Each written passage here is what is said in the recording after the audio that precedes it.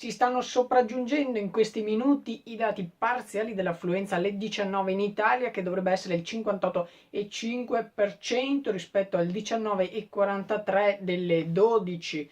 Mentre nella scorsa tornata era stato del 46,80, però ricordiamo che nella scorsa tornata elettorale si votava sia domenica che lunedì.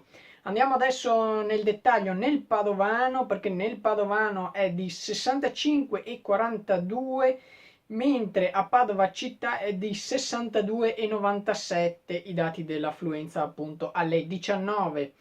Le altre principali città sono Abano Terme con il 65,22, precedente 21,05, Albignasego 65,37, Campo San Piero 69,01, Cittadella 69,05, Este 65,42, Monselice 70,23, Montagnana 64,45, Piove di Sacco 69,71, Selvazzano 67,32.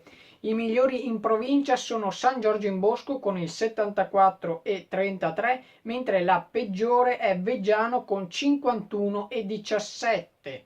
In Italia si registrano lunghe file e ritardi ai seggi, oltre che alle schede ristampate o schede con errori e casi di voto sospeso.